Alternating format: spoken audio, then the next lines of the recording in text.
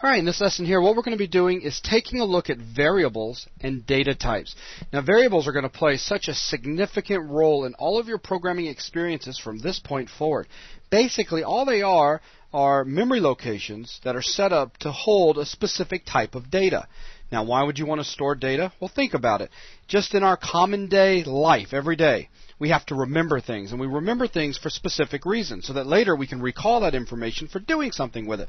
Well, it's no different when we go in here and we start developing our own applications, because as we start working inside the, let's say, the guts of the application, we need to occasionally store information, add information to that, retrieve the information for doing something. And we do this all through variables. So all it is a simple memory location that has been designated to hold a specific type of data. And this takes us into data types. Now, there are all sorts of different types that we can establish inside of C or C++. Now, in this lesson here, we're only going to focus on 3 of those, because when we start working with some of the other ones, there's some interesting things that we're going to have to start talking about. Well, in this case, though, we'll just start out simple. We're going to talk about the int, the float, and the double. So with that being said, let me go ahead and turn it on over to Joel. All right. The first question that you probably would have is, how am I going to go about creating these variables? Yeah, how do you declare a variable? Right. So let's go into here, and all you need to do is say the first specify the data type, and in this case it'll be int, which is an integer. In other words, anything that is a whole number, like 2, 3, 4, 5, whatever, okay. negative 10, but not actual decimal values like 36.26, something like that. So what we can do is now, after we have the data type, we can give it a name, some friendly name. Say temp int. So a temporary integer. So that's just our name. But that name could be just about anything. It could have been Buzz. It could have been Buzz. It could have been anything. Although there are a few rules that you may need to remember, like you cannot start it with a number. You can't put spaces in the middle of it. Right. Okay. Certain rules that need to be remembered. Yeah, kind of common sense type things. Right. And with that, all you need to do is end in a semicolon, as pretty much any line. Okay. So now we actually have our variable, our integer variable, declared. Okay. But as of yet, there's nothing really in temp integer. Well, there is something, but we don't know what it is. Exactly. At this point, just by declaring it with the line that you used there, all that's happened is Windows has simply said, here is, or your operating system, here is some memory that is the size required to hold the particular data type, in this case an integer, and here's that location, and now you can get to that location quickly by using the friendly name temp int. Right. But whatever was in there, whatever data was there, is still there, just some random numbers. Exactly. So we could go in here and just type out the name, so temp int, and we can use the assignment operator, equals, and say it equals, say, 45. Which is going to take the number 45 and put it into that memory location. Exactly. Now, this is very important. This is called initialization. Without doing initialization, if you forget that you haven't actually put something in there and later on turn around and use temp int, you could get yourself in a lot of trouble because it may be containing some type of really crazy data that you may not want to be using. Exactly. So we may want to just go ahead and actually right here we can go ahead and delete this out. Okay. And go ahead and type in temp int equals, and then end that quotation, and do another output, and let's call this temp int. So we're going to output to our output stream temp int. Right. Now, don't let this confuse you that over here you see we've got these quotes as I rip the mouse away from poor Joel. Basically, what's inside these quotes right here is just treated like a string, you know? It's anything that you want to put in there. I could have said, hello, how's it going? Hello world equals, it doesn't matter. This right here is just going to be output straight to the screen, period. Now over here, you'll notice there are no quotes around this guy.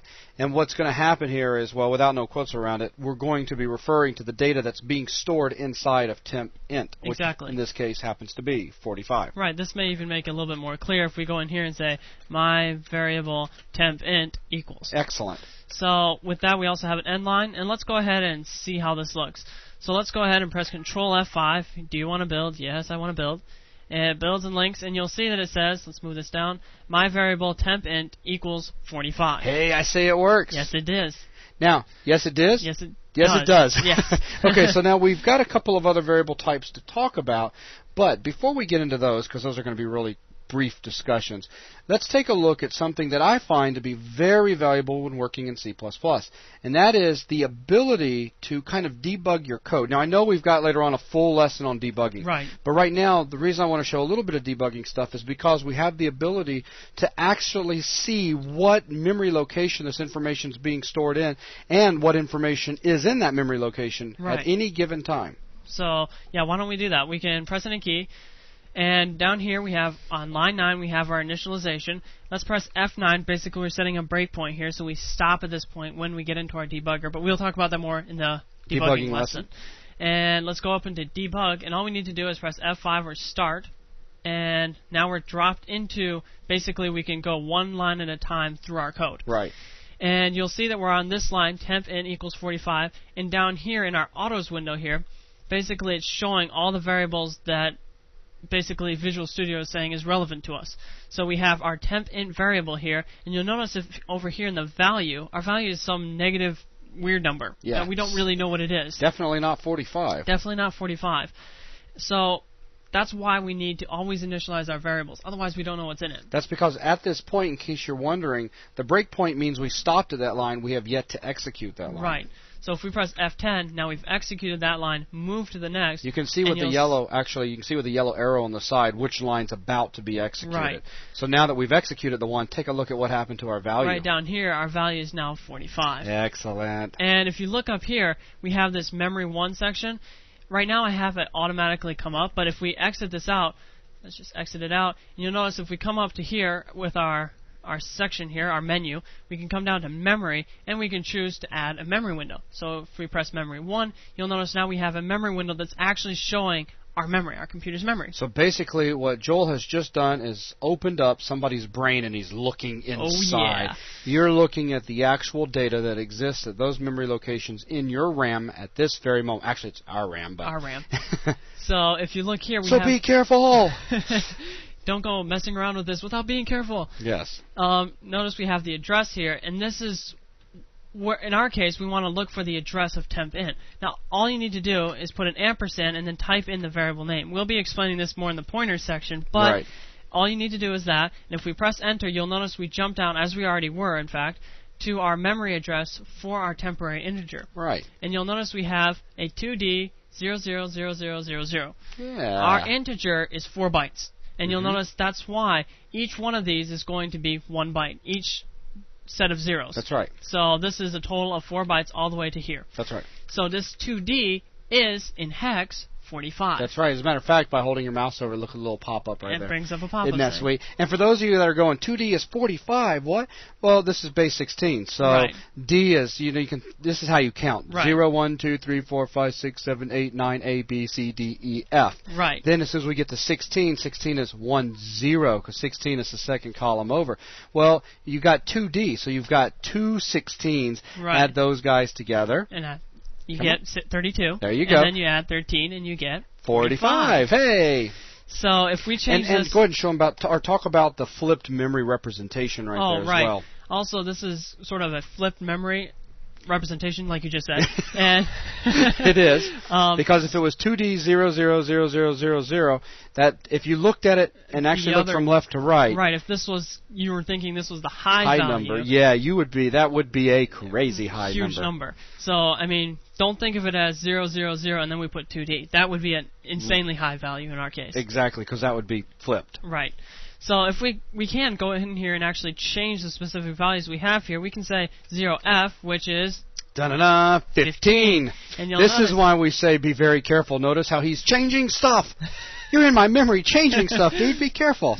So now you'll notice that our temp int, our value, is actually 15. That's right. Which is very cool. Excellent. So if we go ahead and execute our output line here and press F10, and let's go down over to here to our actual console. I'll say it right one of these days. You'll notice it says my variable temp int equals 15, which is what we just changed it to. It is. So very cool. So now let's just go under debug here, and we'll stop debugging for now. And another thing that we may want to go ahead and show before we look at the other data types is how we can go in here and in line directly change it and initialize it. Do a declaration initialization all in one line. So, I mean, it is good practice to go ahead, before you even use this inside your function, to go ahead and set it to 0. Absolutely. So, I mean, that's just something you should be doing. And this does work. If we go ahead and press Control F5 and run it, you'll notice my variable tempInt equals 0. And having it set at 0, it's much better, because now we're dealing with some predictable data as opposed to whatever just happens to be in there. So, with that set to 0, let's go ahead and show you some other data types. More variables. Ooh. So let's copy that line, because I'm lazy. And we come over here and we can say... He really is, folks. So we can go in here and change this to say temp float. So floats can actually hold, say, 16.6666, something like that. All right. Or whatever. And dealing with floating point numbers here? Yes, dealing with floating point numbers. Sweet. So we can say 32.46 whatever. And that will actually register and be stored. If we did the same value into here, it would actually truncate that and get rid of this whole beginning part. Right. Truncate from the decimal back. Right. From the decimal point, yeah. So if we go ahead and go down to my variable, let's actually copy this line. So we have another line to print off. And we can say temp float. And we can change this over to temp float. So now it's going to say my variable temp float equals whatever is inside of temp float. Right. So if we run this and link it up, you'll notice that we have exactly what we typed out, 32.6543. Of course, keep in mind that by using the float, we're now requiring just a little bit more memory. Exactly. So, I mean, if we can go into here and type in a few more, and we type this out, you'll notice that it truncates it down to 6544. We have, actually, how many is this? 7. Yeah. But you notice we only have 4 here. The reason for this is not because of the float, but actually because of our output here, our output statement. Just keep that in mind. Though the float type does have a limitation. It does have a limitation. It's not out to infinity and beyond. And we can, to infinity, we can actually show that here by using a double. Right. So let's go ahead and type in a double, and we can say temp double equals 32. And actually, let's copy this value just so you can see that they are indeed the same. And put that out. Actually, let's add a few more at the end here. So something like that. Sounds good.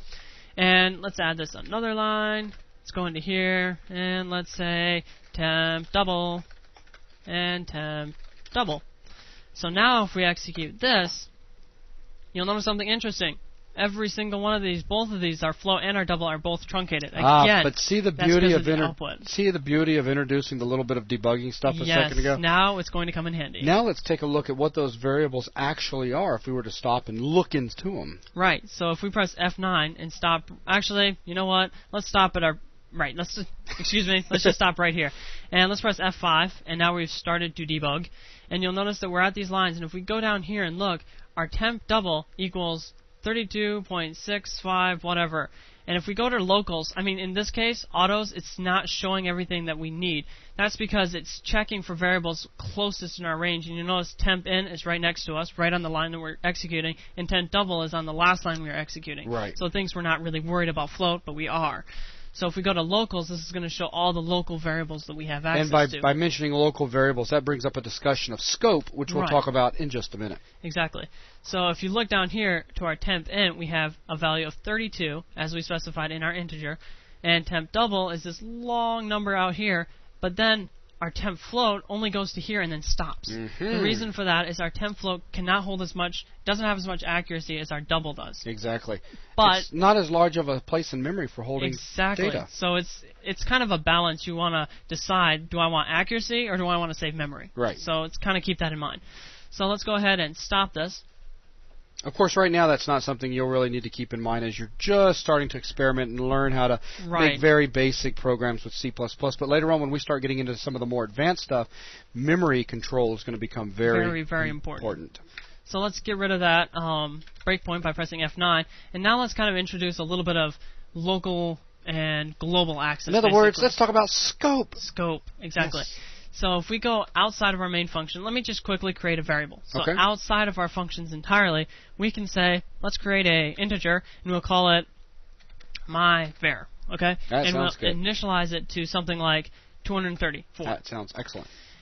And if you look, this is kind of interesting. This variable here can be accessed, myvar can be accessed within any functions whatsoever. However, these variables here that we've declared inside of the main function can only be used inside of the main function. This function. So to kind of demonstrate this a little better, why don't we go ahead and create another function, a test function. Okay. Don't worry about this too much. We'll be discussing this in the functions lesson. So let's go ahead and type void, and we'll say test func, and we'll end that parentheses. Func. Yeah. And if we try to access, let's first do this. Cout, and we can say my var. And actually, just to make this a little bit clear, we can say my var equals, and then like that. Yeah, it looks beautiful. And we can go down to here and say call that function. So that's test func. And you'll notice, which real quickly, all this is going to do is, of course, when the application starts and we start coming through here linearly, execute. And once we get down here, all this is going to do is it's going to temporarily jump away from this function right here, and it's going to come up here to the test function, and it's just going to run whatever is in it. And then when it's done with this, it returns back to right here and continues, which since there's nothing else, that's the end of our application anyways. Right. So what we're going to happen here is we're going to pump out 3 lines, and then it's going to go into here and pump out this last line that says my var. Okay. So let's go ahead and Control F5 and execute this, and you'll notice that we do get exactly that. We get my variable, temp 32. This is all good, and my var, it does see that variable very well. I mean, Absolutely. It can see 234, and it printed out. And it printed out. So it's all good.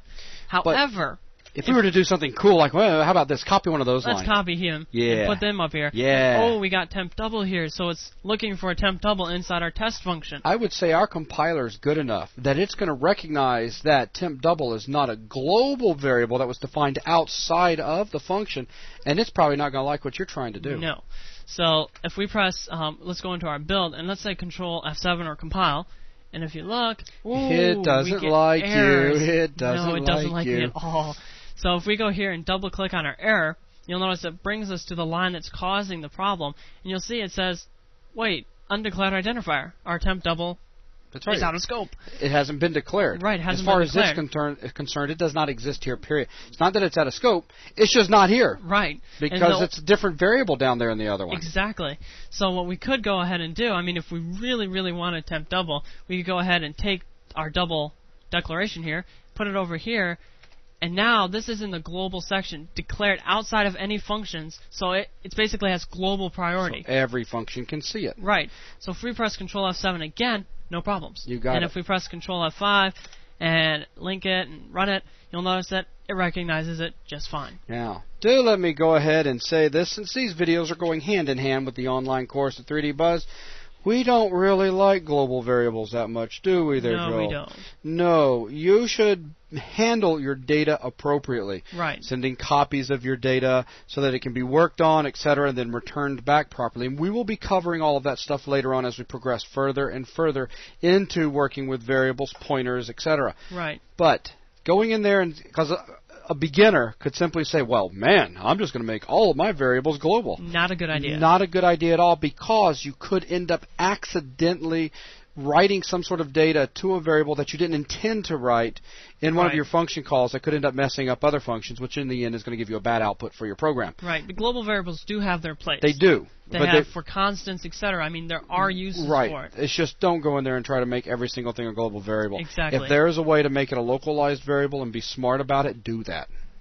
Right. Okay. So with that, I think that pretty much wraps up what I really wanted to cover. Okay, so that talks about integer. Well, first of all, what a variable type is, being a simple, kind of like a container, a location in memory that's going to store information. We took a look at how we can declare them, which was just a matter of starting the variable declaration off with the word int, float, or double. Again, we'll be getting into other variable types as we progress through the lessons. There are several others that we'll be dealing with. Then we showed how to give it a friendly name, because memorizing a memory address would just be a pain. And then how to go ahead and initialize it by putting data into that memory address. Then we showed you a little bit about some debugging and how we could go in there and take a look at what information was being stored in variables, and how we could actually go into the memory ourselves and change the number, which is definitely cool. Please be careful when playing with that. It's like playing with fire. And then we talked a little bit about scope, local versus global. Things that are declared inside the function being local, not seen outside in other functions if they were not declared over here. And if it is declared over here, it's a separate variable altogether. Just happen to have the same name. And then by setting it outside of our functions, making it global so that it is seen by all of the functions. And with that, that's just going to wrap up this quick introduction to variables and scope and data types. So thanks a lot.